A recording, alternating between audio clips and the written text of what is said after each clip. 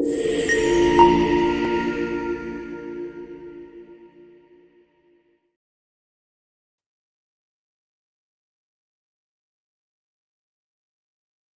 evening and a warm welcome to all educators joining us today.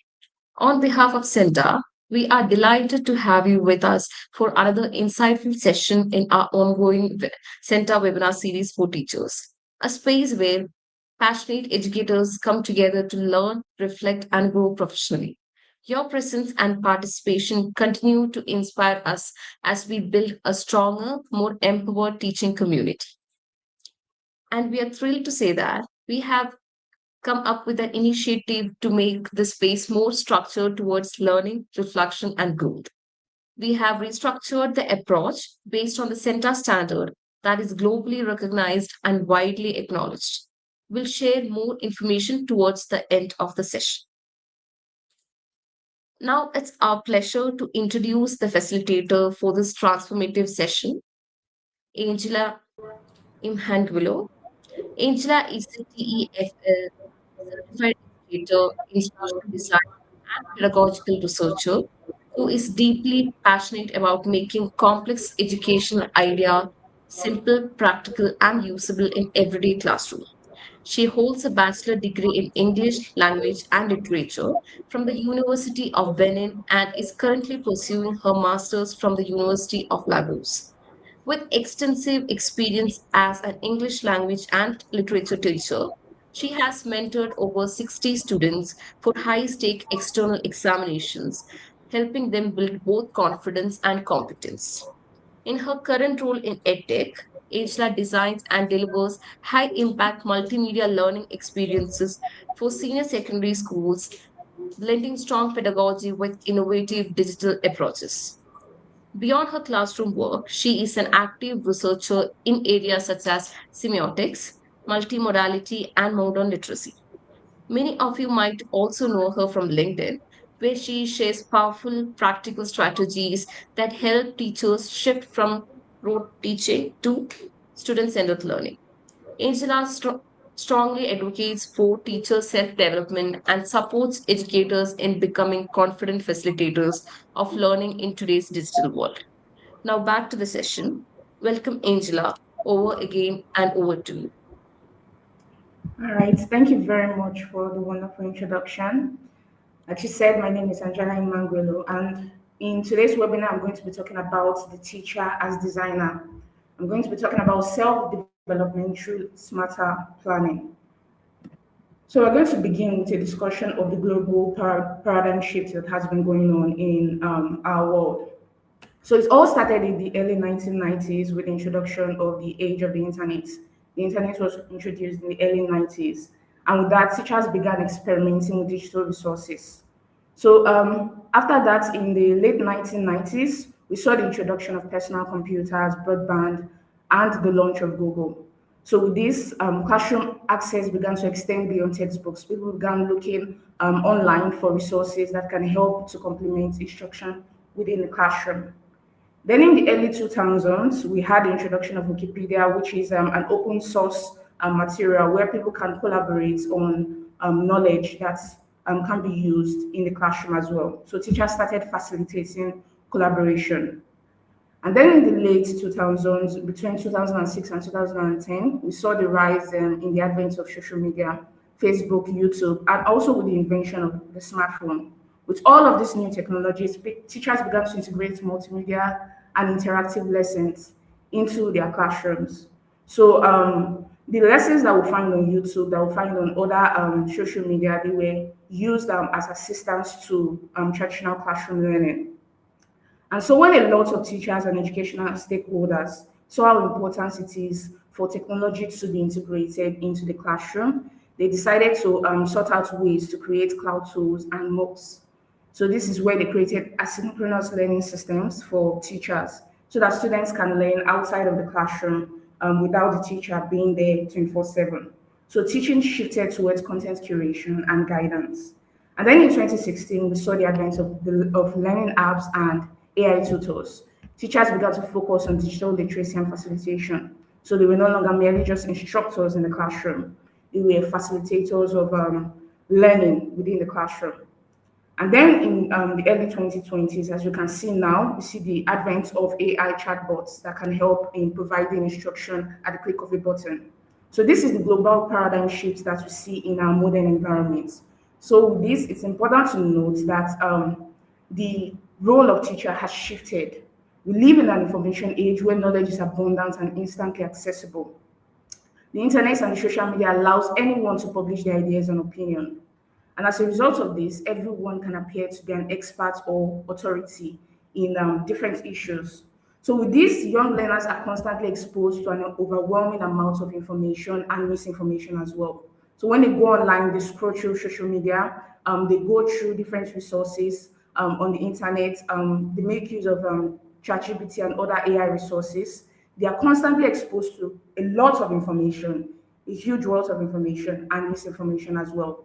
So it's important that at this stage, that our students, it's important to note that our students struggle to filter through the noise and to identify reliable, meaningful insights from what they see online. So as teachers, it's our job to move beyond just providing instruction. That is not our job anymore. We need to move beyond that and try to find a way to help students filter through the information that is already available to them. So this means that our role has shifted. Our role now is no longer to just deliver information to the students. It's to teach 21st century skills, skills such as critical thinking, information evaluation, problem solving, creativity, global awareness, collaboration, and communication. These are all skills that we need to impart onto our students so that they can be able to navigate information in the 21st century. They need to be able to think independently, how to filter through the wealth of information they have at their disposal to get valuable insights that they can use to make a change in their environments. So as a result of that, we are no longer just instructors, people who deliver instruction in the classroom. We're also designers and facilitators.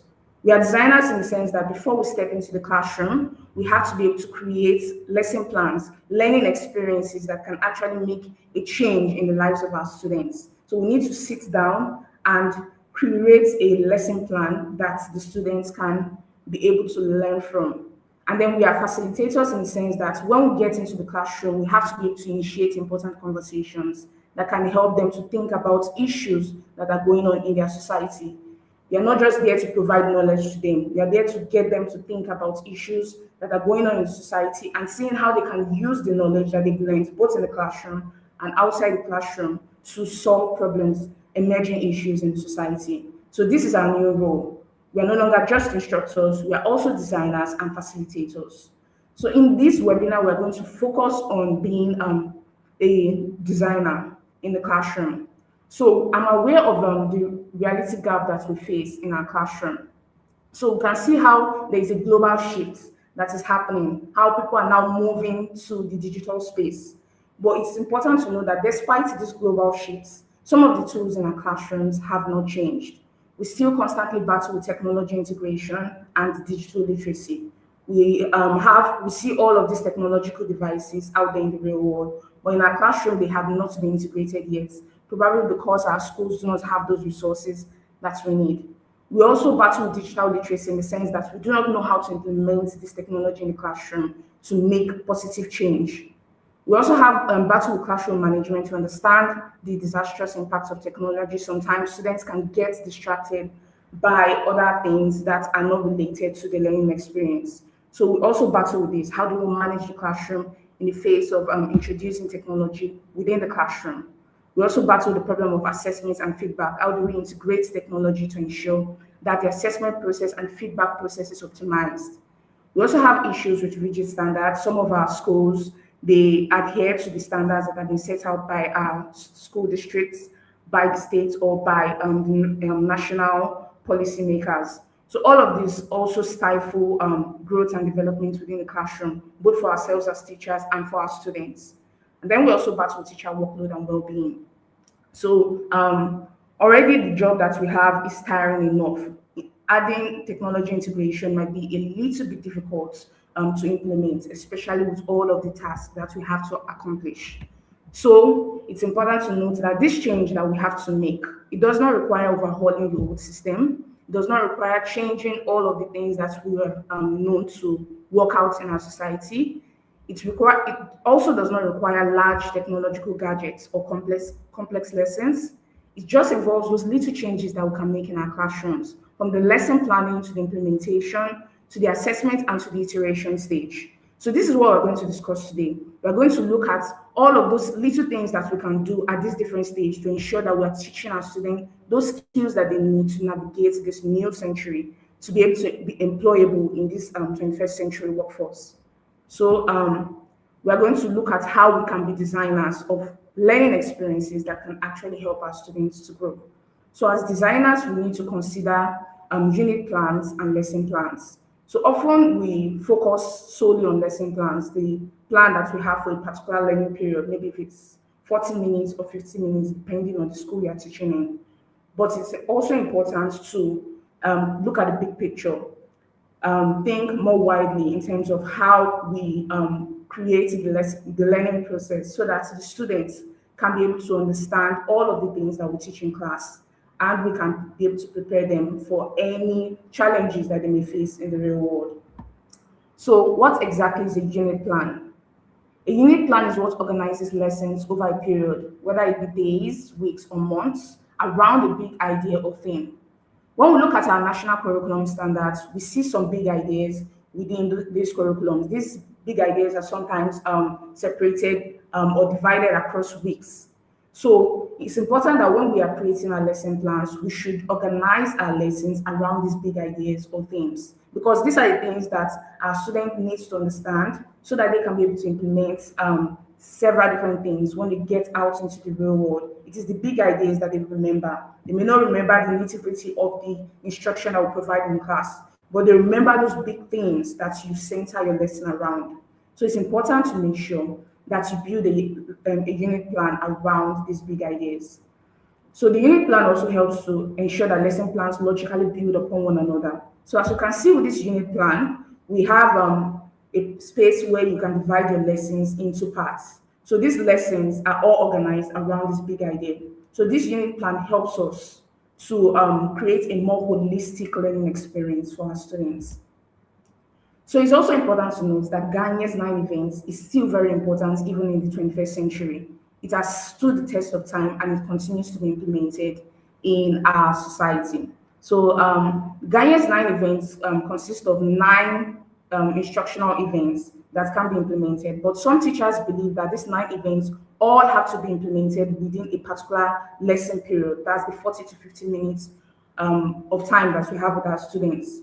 But you should note that this 9 event doesn't have to take place within a particular lesson. It can take place over a period of time.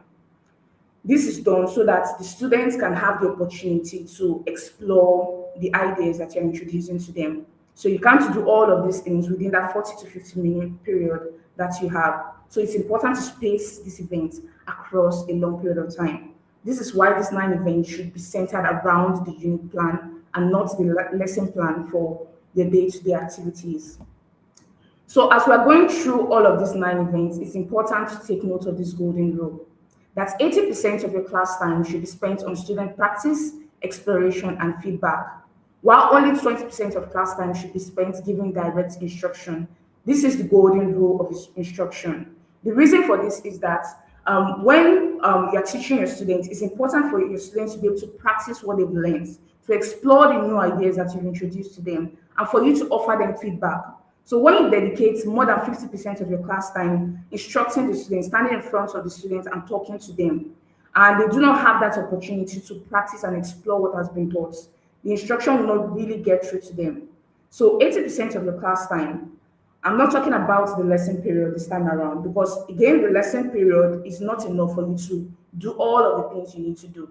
So 80% of that unit that you have planned should be dedicated towards student practice, exploration, and feedback, while 20% of that entire unit should be dedicated towards direct instruction. So this is the golden rule. This is something that we need to keep in mind when we are creating unit plans for our students. So we're going to begin with the second event of instruction. Normally, this is what happens at the second stage. You first of all gain the attention of the learners before you begin to inform students of the learning objectives. But when it comes to lesson planning, when you're about to plan the lesson process, you have to begin by writing out the learning objectives and the success criteria. This is what is going to guide you through the lesson planning process. So the learning objectives are those statements that clearly describe what students are expected to achieve as a result of instruction. The success criteria, on the other hand, are benchmark statements that determine whether or not the learning objectives have been fulfilled. So these success criteria is that they are usually written alongside the learning objectives, and you can put them in your learning materials that you hand over to the students. You put them at the end of every activity so that after the students have completed a particular activity and feedback has been provided, they can easily just check off that, okay, this particular objective has been achieved. It will give them that sense of security that they're actually learning something. So it's important to integrate success criteria into your lesson planning process. So when exactly should you write these learning objectives and success criteria? This should be written when you're planning an entire unit, not just a particular lesson. So it is at this stage that you examine the core standards and curriculum objectives. The standards that have been set out by your district, by your state, by the national policy. You examine those standards and see what are those ideas, what are those concepts that need to be taught. This is where you determine the objective, the specific content or skill component of the topic that will be the focus. Then afterwards, you section the unit into lesson sequences that are ordered logically. So this is what you do in the unit plan. So in the unit plan, towards the end, you section the unit into lesson sequences. So after you've done that, you also have to consider Bloom's taxonomy when you are creating the learning objectives. So Bloom's taxonomy is a hierarchy of steps that we need to take in order for learning to take place. So it begins with remember, to understand, to apply, to analyze, to evaluate, and then to create. So most of our traditional lessons, the one that we have been learning for generations, they always pay attention to the remember and the understand stage.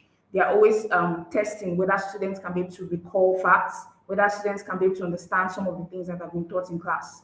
They rarely teach students how to apply those things, those facts that they've learned to novel situations.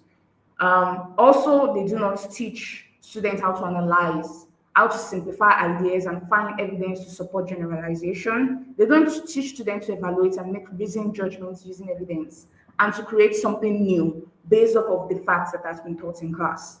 So this is why it's important that as you are reinventing yourself as a teacher, you should move beyond the remember, the recall, and the understand phase to teach students how to apply, how to analyze and evaluate information, and how to create something new out of the information that has been taught in class. So this is why when you are creating your learning objective, all of these levels have to be taken into consideration. So there are usually verbs that are attached to these levels. It's important to make sure that those verbs are used to represent each of the stages of the learning process. So learning objectives are SMART. They are specific, they are measurable, they are achievable, they are result-oriented and time-bound. They are specific in the sense that they refer to manageable components of the topic.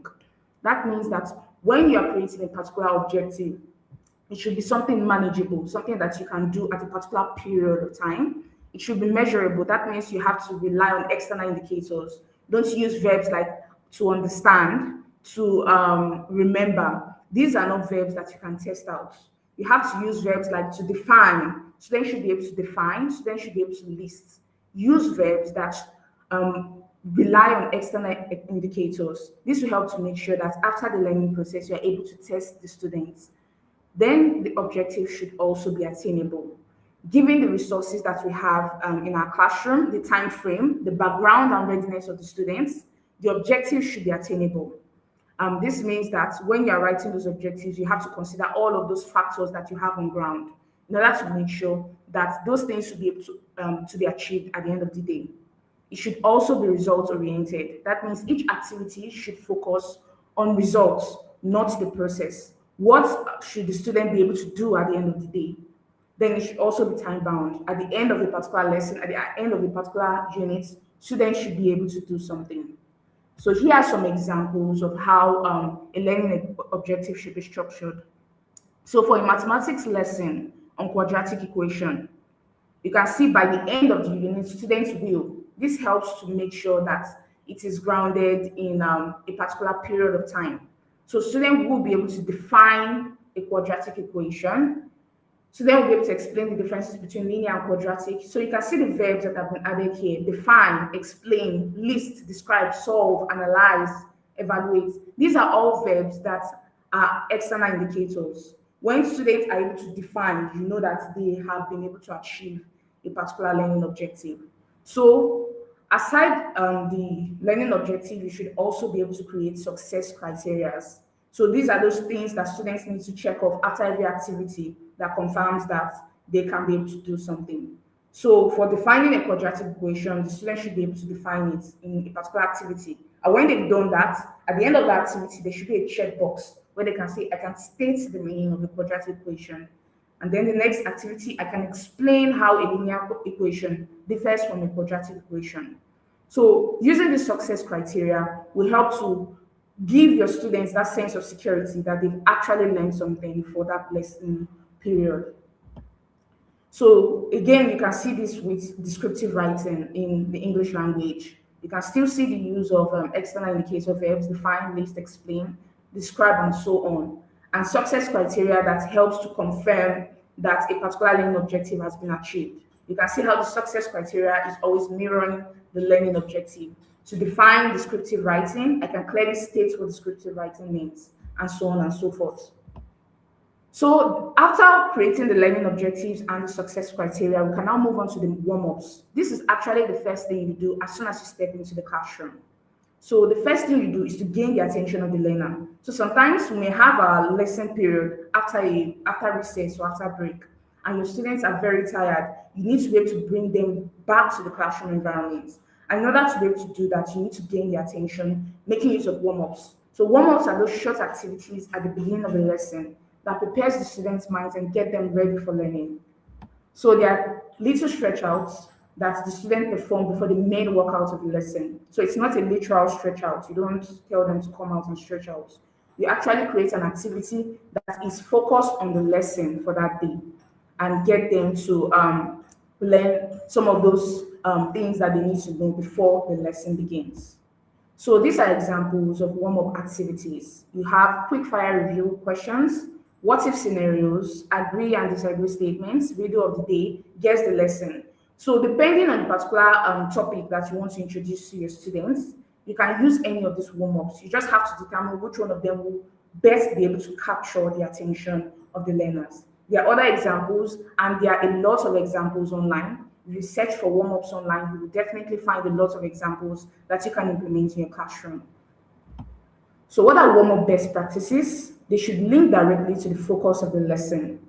This means that when you are creating a warm-up, it should not be something that is so far away from what you are teaching on that particular day. It should be related to what you are teaching. It should grab the attention of the learner and bring them to that particular topic. The best warm-ups also gets them thinking and solving problems together. So when you are creating a warm-up, it should be in form of a problem that students can solve. And this problem should be grounded in real-world situations that are going on in their immediate environment. It should be something they can easily solve without all of those concepts that you're about to teach them. Something that is going on in their environment at that moment, and something that can apply to that particular topic that you're teaching them. You should also use activities that spark curiosity and make students wonder what's coming. So sparking curiosity is very important. That's the reason for the warm-up. You should also keep it short and sharp. You may not have a lot of time with the students. So 3 to 5 minutes is enough for a warm-up activity. Then the next stage is to present the instruction. This is the 20% of class time that is dedicated towards direct instruction. This is the only time where you stand in front of the students and the student listen attentively to what you have to say. This is where you present the content to the students. So at this stage, effective instruction requires teacher talk.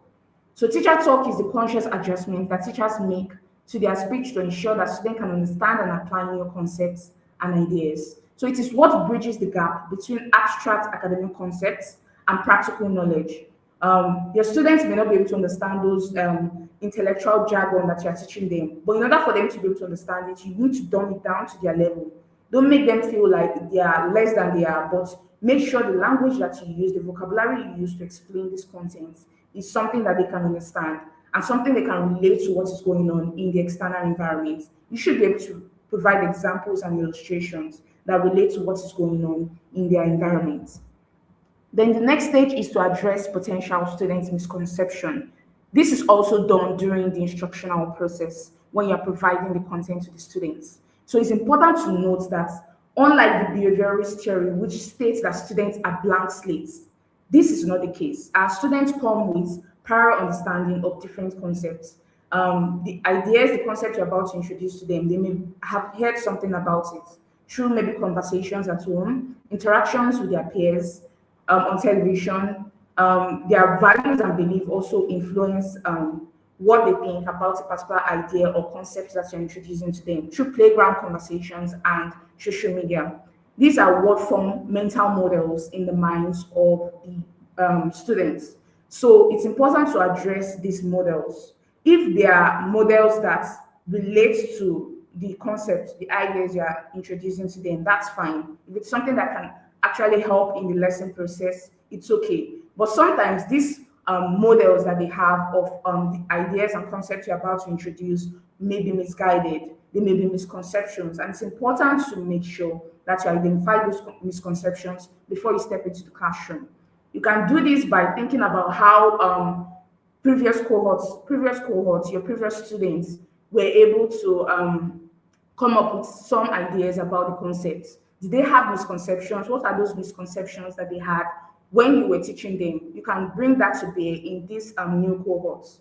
You can also look at the experiences of the students as they navigate the real world around them. There are some things that society have taught them about a particular idea or concept. You need to be able to correct those misconceptions and do that while you're still planning the lesson. You have to start addressing, thinking about how you're going to correct those misconceptions before they become solidified in the minds of your students. So these are things you need to do. You can also look at your own experiences. What are the misconceptions you may have had when you were their age? So all of these things, you bring them to bear while you're thinking about how to address those misconceptions in the classroom. Then this is how you identify and fix those misconceptions. You begin by making the new idea intelligible. You make use of teacher talk to explain the new idea to them so that they understand that this is not how things are supposed to be done. It's actually this way. So when you're explaining the new idea, use teacher talk so that the students can understand. And then after that, you make the idea plausible. You get students to see the new idea as better than their current model. Then after doing that, you get students to use the new idea to solve problems and apply beyond the classroom. It is only when you do it this way that the students can be able to correct their wrong perceptions about ideas and concepts that you introduce in the classroom. Then after providing instruction, you do not throw students straight into independent work. As our formal traditional methods are usually structured. So in our formal traditional methods, after you provide instruction, you provide students with drills, you give them worksheets that they can use, that you can use to test whether they can understand all of the things that you have taught. But this is not how things should be done, especially in 21st century, where you need to teach students the mental processes that are needed to be able to filter through a large wealth of information in order to gain valuable insights. You need to do so in scaffolded steps. So you stay close to and guide them and nudge them in the right direction when they struggle. And then when they become confident enough, you can finally hand them the reins. So this is what they refer to as the gradual release of responsibility. So this is the scaffolded step that you take immediately after instruction. You begin with modeling, and then guided practice, then collaborative practice, and then independent practice. It is only through these steps that our students can achieve mastery.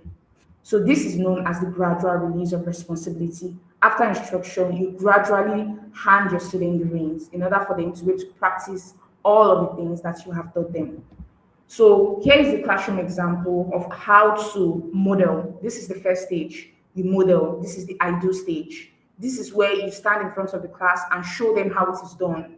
If it is content you are teaching them, you show them exactly what the content is all about. If it is a skill you are teaching them, you show them how to practice those skills. What are the mental processes that are involved in making sure they can be able to do those things that you want them to do. So with the example that we gave earlier with quadratic equation, now I'm taking a particular learning objective relating to students should be able to factorize to solve quadratic equation using the factorization method.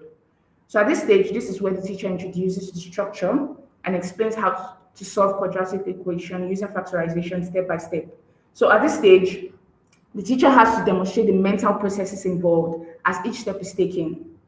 So as the teacher is going through every step, they should be telling them, okay, this is what I'm doing in my head. I'm thinking this should be here because so is happening. So this is how things should be done. Explain the mental processes involved as you are teaching that particular skill or that particular concept. The same thing goes for teaching essay writing.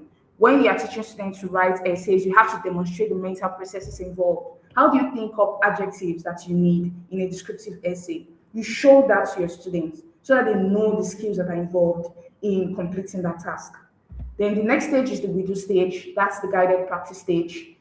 This is where you and your students you co-construct a particular concept or idea. You solve more examples, but the student you constantly prompt the students to walk through the examples along with you.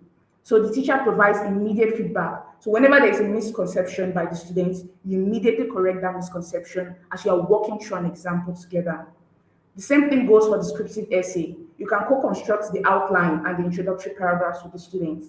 Ask them, what do I need to do here as I'm writing? Is there something I need to do? What adjective do you think will be suitable for this particular stage? These are questions you can prompt your students to answer so that you can show the mental processes that are involved when it comes to writing an essay. Then you have the you do together stage or the collaborative practice stage. This is where the teacher organizes students into pairs or small groups to solve problems together. So working along with peers, it helps to lower that affective filter, the emotions that student might be feeling when it comes to throwing them into the deep end. So instead of throwing them into the deep end, allow them to work together. If there's any problem that a student might have, a peer can help to easily correct it before they can actually have conversations with the whole class. So again, this can help to ensure that the students are learning what they need to learn. It can also help them when it comes to evaluation, in the sense that you provide them with the opportunities that they need to evaluate their work. We're going to discuss that later on. So this is the you do together stage, the collaborative practice stage. Then the next stage is the independent practice, where teacher assigns individual tasks, requiring students to solve a particular equation using factorization. This is an example for the quadratic equation. And then for descriptive essay, the student can independently write the remaining body paragraphs and the conclusion for the descriptive essay topic. So these are just examples, classroom examples of how you can show that gradual release of responsibility, how you can implement that within the classroom. So here are some classroom activities that you can undertake depending on the learning objective you aim to achieve for a particular lesson period. So if you are still at the lower end of the cognitive level, such as the remember, the understand, and the apply stage, you can use activities like multiple choice questions, short answers, fill in the blank, and so on. But when it comes to higher order thinking skills, like teaching them to analyze information, to evaluate, and to create new things, you need to use other activities like think per share, case study, debates, presentations, projects, and so on. These are the things that will help to teach the students 21st century skills. Things like critical thinking, communication, collaboration, and so on. This is where you have that opportunity to teach your students how to learn the skills. So these are examples of those classroom activities for teaching 21st century skills. We have case studies where you provide your students with detailed real-world scenarios that must be reviewed to identify underlying principles or problems. We also have graphic organizers. These are Venn diagrams, comparison charts, flow charts, and mind maps that can also help learners connect related ideas and identify gaps in their own thinking. Then we have think per share as well, where students come together. They begin by thinking about a particular idea individually. You pose a problem to them and they think about it individually, and then they pair with a partner and they begin to deconstruct that idea. And then they finally share their findings with a larger group. So this can also help to teach 21st century skills, collaboration, for example, communication, the ability to articulate their ideas. So all of these things are taught using these classroom activities. We also have Socratic seminar. This is where you allow students to participate in structured discussion that require active listening, critical thinking, and evidence-based responses. We also have peer assessments. So this is very important at the evaluation stage when you're teaching students to make reasoned judgments based on a standard or a quality that you have assigned to them. So before an activity begins, you can create a rubric and present it to the students so that the student can know the quality that is expected of them. And then when they are done, they can exchange their work with their peer and use the rubric to mark their peers' work. This will help them to be able to. This will help them to learn to evaluate the work of other people. The same thing goes for argument analysis. This is an activity that helps to teach 21st century skill. So you can use comparison charts, especially in the humanities departments, where you're teaching them the merits and the merits of a particular ideology. You need them to be able to see both sides of an argument. So using an argument analysis will help to teach them, again, those 21st century skills they need to be able to make informed decision in the society. So after doing this, it's also important to give effective feedback. This is another event of instruction according to Robert Gagne. So when people are trying to learn some new skills, they must get some information that tells them whether or not they are doing the right thing. So learning in the classroom is no exception. So feedback is very important in the classroom and it has to be integrated into the learning flow. When you present the model and introduce the classroom activity to the student, you have to present a rubric. A rubric is a form of a marking guide that you give to your students so that they can know the standard that is expected of them. So that rubric, they have to hold on to it while they are completing the activity. And then after the students complete the activity, then peer feedback takes place. This is where the students exchange their work and they use the rubric to mark the work of the other students. Again, this is helping to teach the students this evaluation skill, the ability to make reasoned judgments based on the evidence that they have on ground. So after peer feedback, you should also give personalized feedback to your students. You provide timely, specific guidance to the students to make sure that they understand and correct some of the misconceptions they may have. Sometimes the peer feedback may not be enough. So as a teacher who understands that particular concept or idea very well, who has mastered those concept or ideas, you should be able to offer personalized feedback to the students and you have to do so timely. It should be done immediately after the learning. If you waste a lot of time before you offer feedback, it may not necessarily work. So after offering that feedback, you should also give your student the opportunity to apply those feedback to new situations. This is why you should give them follow-up assignments. So after the follow-up assignments, you offer more feedback. And then when they have gained mastery, that is when summative assessments, graded assessments can be conducted. So this is how to integrate effective feedback into the learning flow. So what are the best practices for providing effective feedback? You have to be specific. You do not give vague comments like good job or needs work. You have to structure your feedback in a way that directly targets the learning objective that you have set out for them. So this is an example. Your introduction is clear, but you need to support your argument with stronger evidence. Try using one of the examples we discussed in class. Here you are telling them exactly what they need to do in order to correct some of the misconceptions that they may have had in the classroom. So it will help them to learn that skill when they know exactly what they need to do in order to be better. You also have to keep it formative. This is not the time to be grading students' works, especially when they're still learning a skill. So when you are just teaching an instruction for the first time, you do not offer grades to the students. It can demoralize them. Instead, you offer structured feedback to them. Tell them what they need to do in order to improve. It is only after they've achieved mastery that you conduct summative assessments and provide graded feedback to them. Then you also have to make use of the feedback sandwich. This feedback sandwich starts with a positive comment, wraps in a constructive suggestion on how to improve, and then ends with a positive comment or contextual notes. So an example, your conclusion ties in nicely. Now try linking it back to the main argument earlier for more cohesion. That is the constructive suggestion that is wrapped between positive comments. And then you end with you're definitely improving in how you organize ideas. So when you do this, it helps to lower the anxiety, the stress that students feel when they see graded feedback. So instead of providing graded feedback, you should use this feedback sandwich to encase constructive suggestions so that it can sit well with the students, and students will be more willing to use that feedback to improve themselves. So, what are the best practices for assigning related assignments? Remember, I said after providing feedback to the students, you have to give them related assignments so that they can implement the feedback that has been given to them.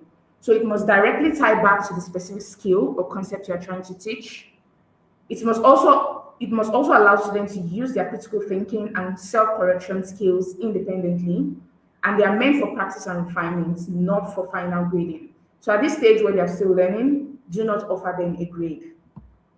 So at the end of the day, after all of these things have been done, it's important to reflect on the lesson. After you've implemented the lesson plan, you have to sit down and reflect on the things that have worked, what went well, and what needs to be improved upon, so that your next iteration of the lesson plan can be solid enough. So after every lesson, just spend 5 to 10 minutes immediately after the lesson to assess the plan's effectiveness while the details are still fresh. This is what teacher reflection is all about. This is what will help to improve your teaching practice. So we've come to the end of the session. Here are some key takeaways. It's important to own your new identity as a learning architect. So you're no longer just an instructor, you are also a facilitator and a lesson designer. So you have to understand that before you step into the classroom, you have to design the best learning experience for your students. And then while in the classroom, you have to provide instruction, and then you have to facilitate discussion about the instruction that have been provided to the students. You also have to prioritize strategy over gadgets. This means that gadgets are not necessarily important. Those technological tools are not necessarily important. If you do not have them, it's fine. You can prioritize strategy instead. Think about ways that you can implement those 21st century skills without the technology in the classroom. So try implementing some of the strategies that we've discussed earlier into the learning structure. This will help to make sure that your students are learning what they need to learn in order to function effectively in 21st century society.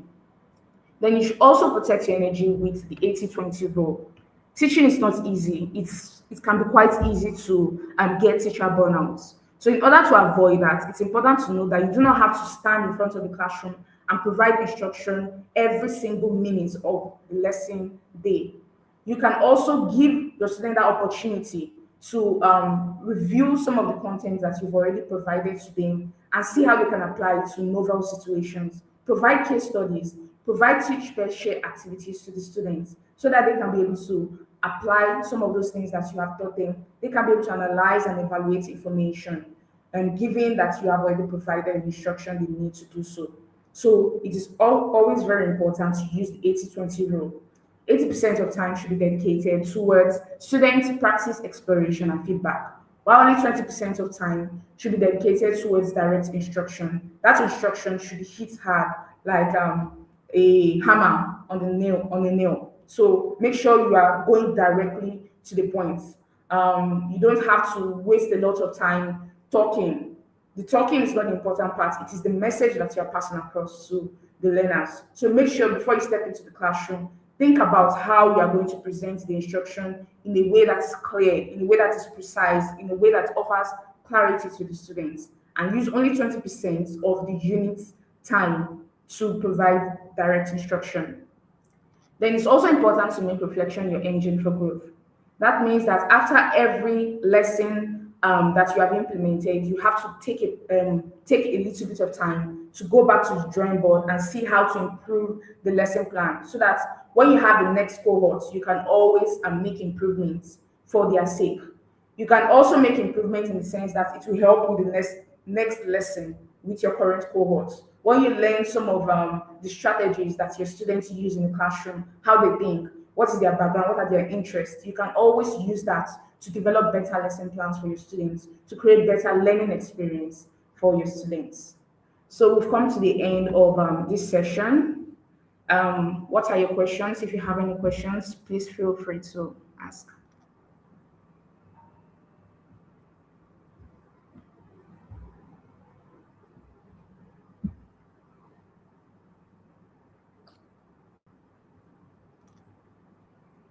Thank you for joining us today. We hope you found the session informative.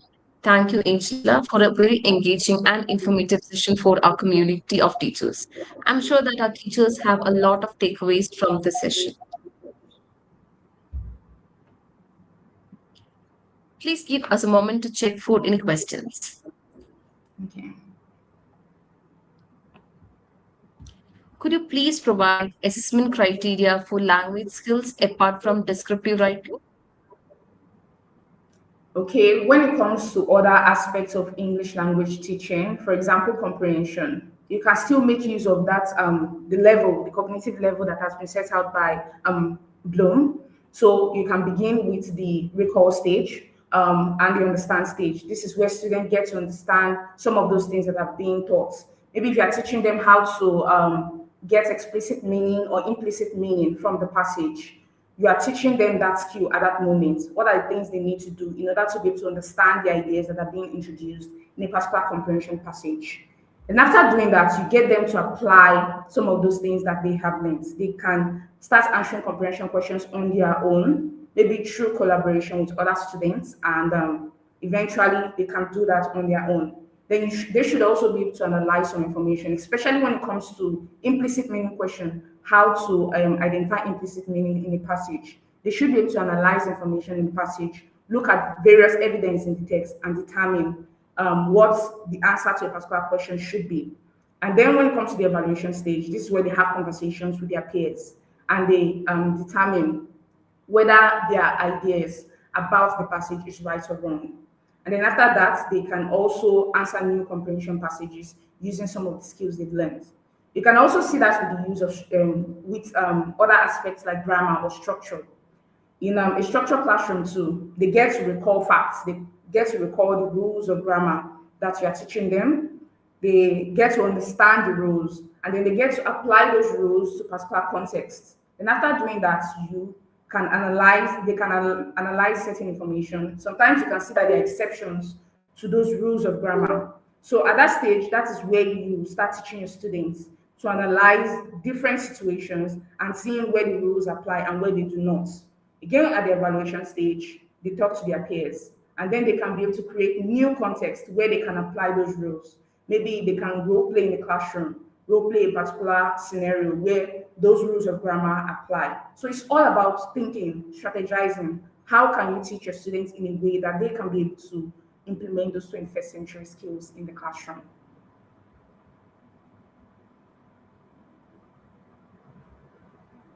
What does iteration mean and where to use? Okay, iteration means recreating the lesson plan. After the lesson plan has been implemented in the classroom, you sit down and take a look at those things that went well and those things that you need to improve. So at that stage, you are iterating the lesson plan. You are redoing it in a way that it becomes better for the next cohort of students. So that's what iteration is all about.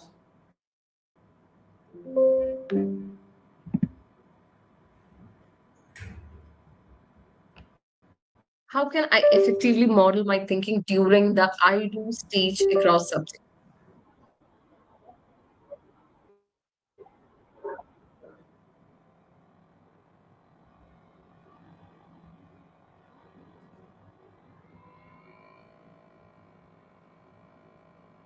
Sorry, ma'am, it's clear. How can I effectively model my thinking during the I do stage across subjects?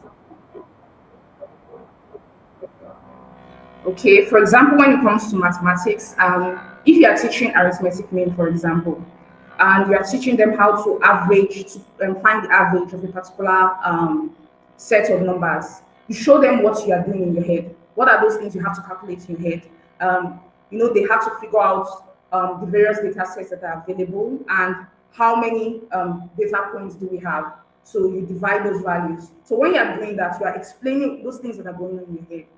At this stage, I'm looking at the various data points we have available and adding them together. And then I put a fraction symbol, and then in the denominator, you have the frequency. That means you have to count the number of data points you have. and then put that in the denominator, and then you divide. So all of these things are mental processes, things that are going on in your head as you are trying to do something. The same thing goes for English. When you are teaching essay, you are teaching descriptive writing, whatever it is you are teaching, there are mental processes going on in your head. There are things that you need to be able to do. So these are the things that you tell your students. You explain to them exactly how it is going on in your head. When you're writing a narrative example for a narrative essay, for example, you are thinking, what are the events that I need to be able to explain? What kind of words do I use in this particular situation so that I can get my message across to the reader? So these are the things that you think about when you're writing the essay. So you exemplify that. Your students may not think exactly the way you do, but as you're explaining your mental processes, you are offering them insights on what they need to do. So they can also reimagine how the mental processes that should be involved for them.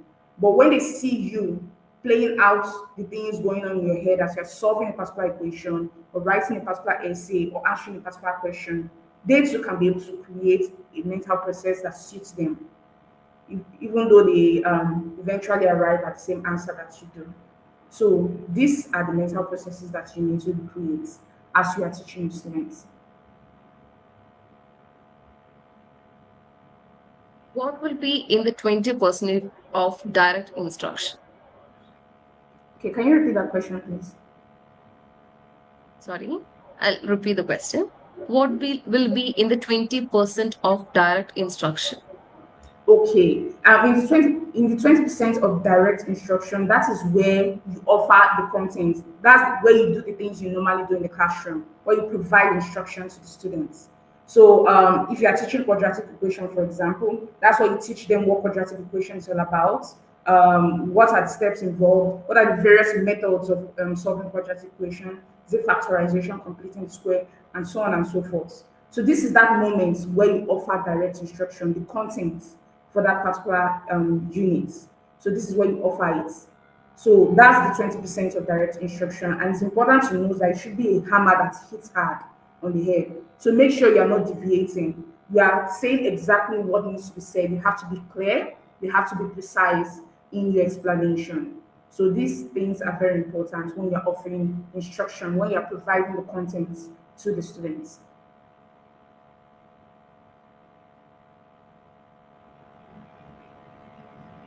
If a student walks in, is the flow of the lesson intuitive and engaging?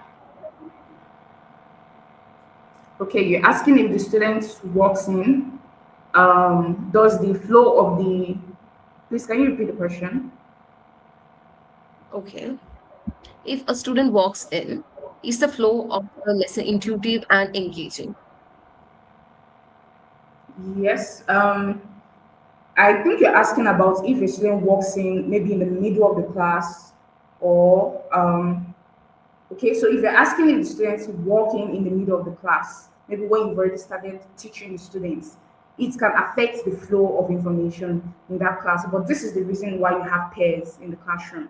When you are presenting a classroom activity to the students, you have pairs so that for all of those things that students are not able to learn while they were absent in class, their pair can be able to fill them in on what is going on. So this will eliminate some of the burden off of you because the peers are having conversations with one another and are trying to teach each other what they know about the concept that we've introduced in the classroom. So if a student walks in the middle of the class, it will still be inclusive and engaging to them. It just depends on how they have conversations with students in the classroom.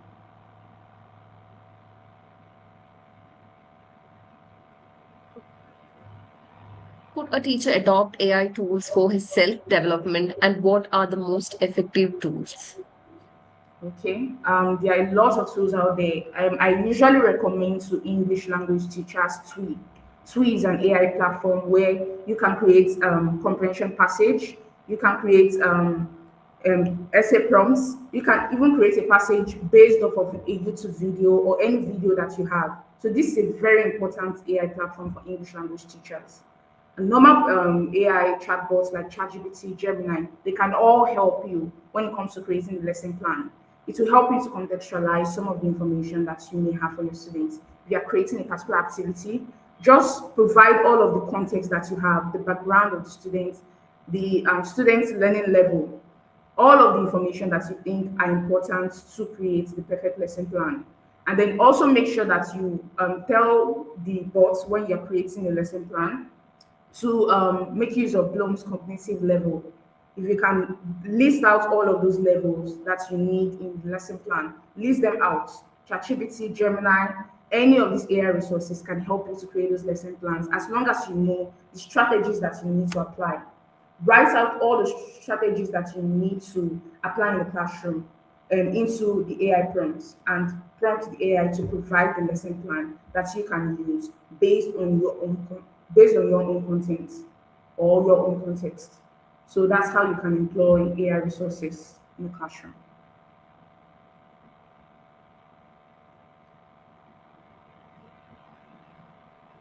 Which 21st century activity works best for mixed ability classrooms? Okay, which 21st century activity? Think per share is the best 21st century activity for your classroom. So it doesn't matter where you are, whether or not you have technological gadgets that you need to implement these activities with. As long as you have people who are willing to collaborate with one another, think per share is the best method. It has been tried and tested for generations. It has been used for a very long time. So after you've provided instruction, you can always get students to come together and collaborate on issues. So you just provide the prompts, the idea that they need to discuss based on the content that you're provided to them. So when you provide the prompts, they get to think about it individually, and then they get to come together and collaborate on the issues. They refine each other's ideas. And then after all of these things have happened, they get to share their insights with the classroom. So think per share is the best. Aside from that, you also have case studies. Case studies are very important. So it's important for you to contextualize your instruction based off of what is going on in the immediate environment of the students, in future professional lives of the students. They need to be able to know all of these things. And in order for that to happen, you need to be able to provide real world scenarios for them to play out in the classroom. So based off of the topic that you are teaching them, provide real world scenarios. For example, if you are teaching quadratic equation, provide your students with word problems relating to problems that they can find in their immediate environment and see how they can use quadratic equation to solve those problems. When it comes to descriptive writing or any form of essay, you are using that essay to solve a particular problem. Are you describing a particular incident that happened in the environment? Maybe something, a piece of item you saw on the news. So using all of these strategies to create case studies can also help your students to develop 21st century skills, critical thinking, collaboration, communication, and so on.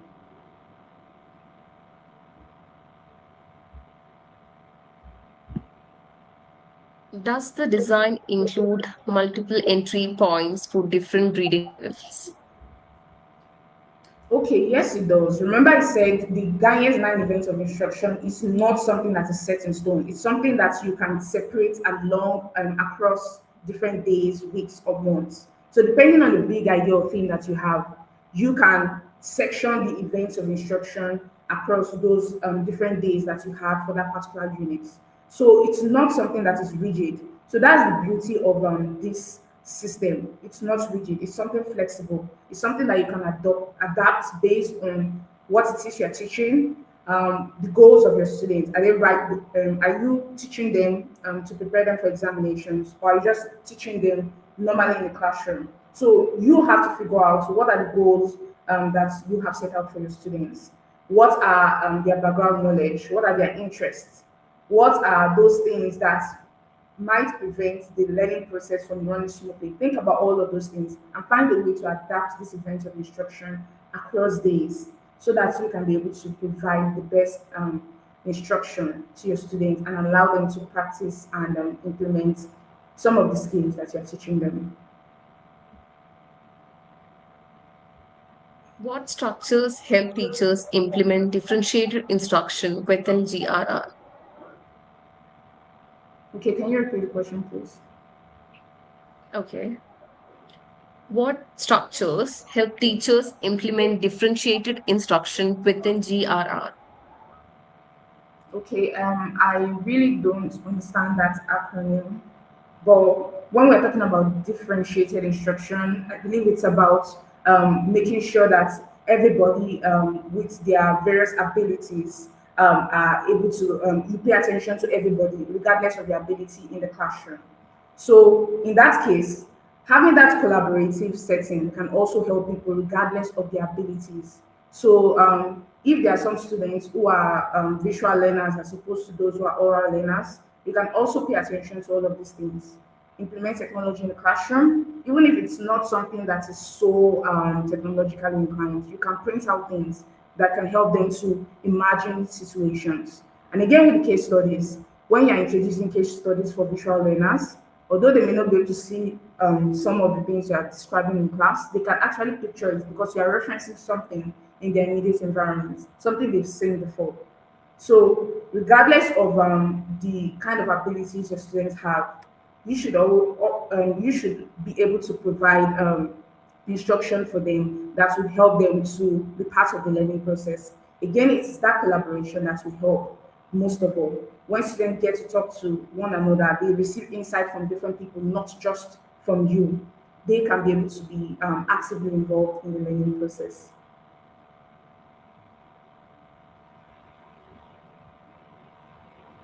Thank you for joining the session. I hope you found the session helpful.